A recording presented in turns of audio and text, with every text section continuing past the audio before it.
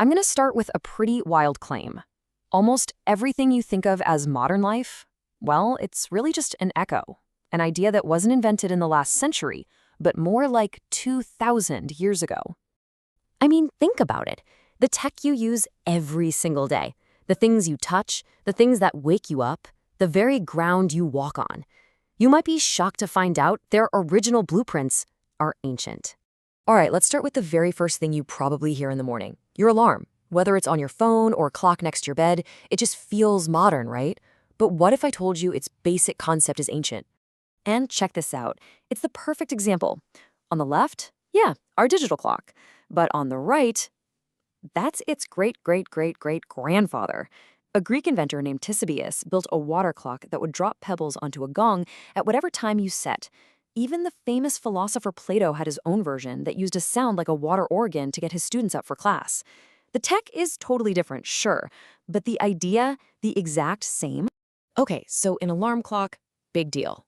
But that's just scratching the surface. We're about to go way deeper into just how ancient our modern foundations really are. So buckle up, because this is where it gets really weird. Let's kick it off with something that sounds like pure science fiction, not ancient history.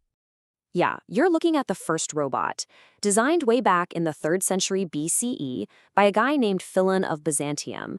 This thing was an engineering marvel. You'd place a cup in its hand, and through a wild system of hitting tubes and weights, it would pour wine, then mix it with water, exactly how the Greeks liked it. This was full-on automation, thousands of years before the first factory line was even a dream. Okay, but computers, right? Surely they're from our time. Silicon chips, coding. Well, think again. They found this thing in an ancient shipwreck, and it's often called the world's first analog computer. But what's absolutely mind-blowing is just how complex this thing was. We're talking a device about the size of a shoebox with 82 intricate bronze gears all working together. You could turn a dial, and it would perfectly model the movement of the planets, predict eclipses, and even keep track of the 4-year Olympic cycle. It's just a stunning piece of ancient computing. And it wasn't just tiny, intricate machines. Look at the stuff we build our cities with. Concrete. The Romans came up with a recipe using volcanic ash that was so ridiculously durable that the Pantheon's dome, which is still the largest unreinforced concrete dome in the entire world, is standing perfectly today almost 2,000 years later. Meanwhile, some of our modern concrete can start to crumble after just 50 years. We're still trying to figure out exactly how they did it. Okay, so we've talked about the hardware, the physical stuff. But what about the software, the invisible systems that run our lives?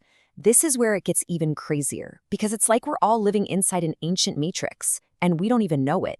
The whole idea here is that 2 basic systems pretty much control everything we do. How we measure time passing, and the actual physical roads we take to get from point A to point B. And guess what? Both were designed thousands of years ago. It all comes down to this one number, 60. Ever wonder why there are 60 minutes in an hour, or 60 seconds in a minute? It seems kind of random, right? It's not.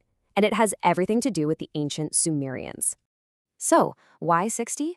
Well, the answer is just beautiful math. The number 60 is what's called a superior, highly composite number, which is just a fancy way of saying you can divide it cleanly by a whole bunch of other numbers. You can cut an hour into halves, thirds, quarters, fifths, sixths, you name it. For ancient astronomers and traders, it was just the most practical, elegant system you could imagine. And you can trace this system through thousands of years of history.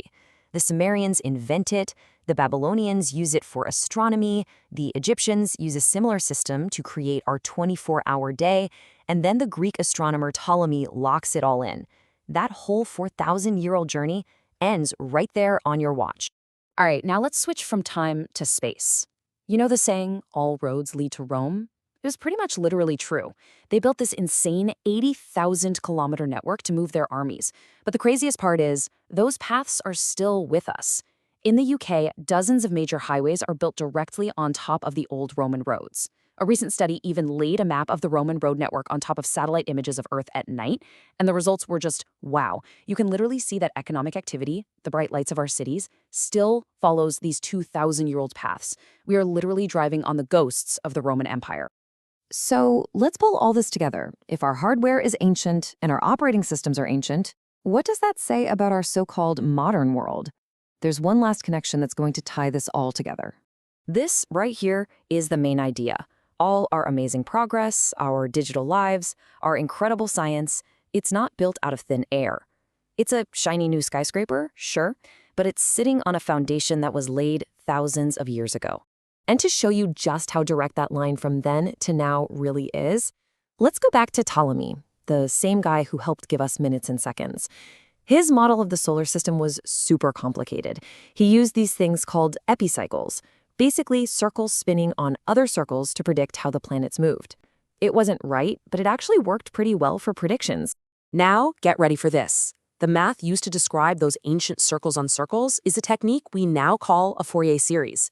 And amazingly, that is the exact same math that's at the heart of quantum mechanics today. It's how physicists describe the fundamental wave-like nature of reality itself. I mean, think about that.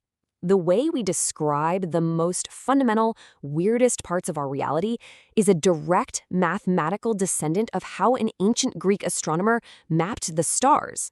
It's an unbroken chain of thought stretching across millennia.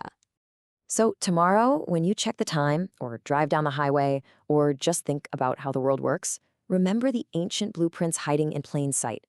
Our world isn't nearly as new as we think it is. And that makes you wonder, right? What else are you looking at every single day that has a secret history thousands of years old?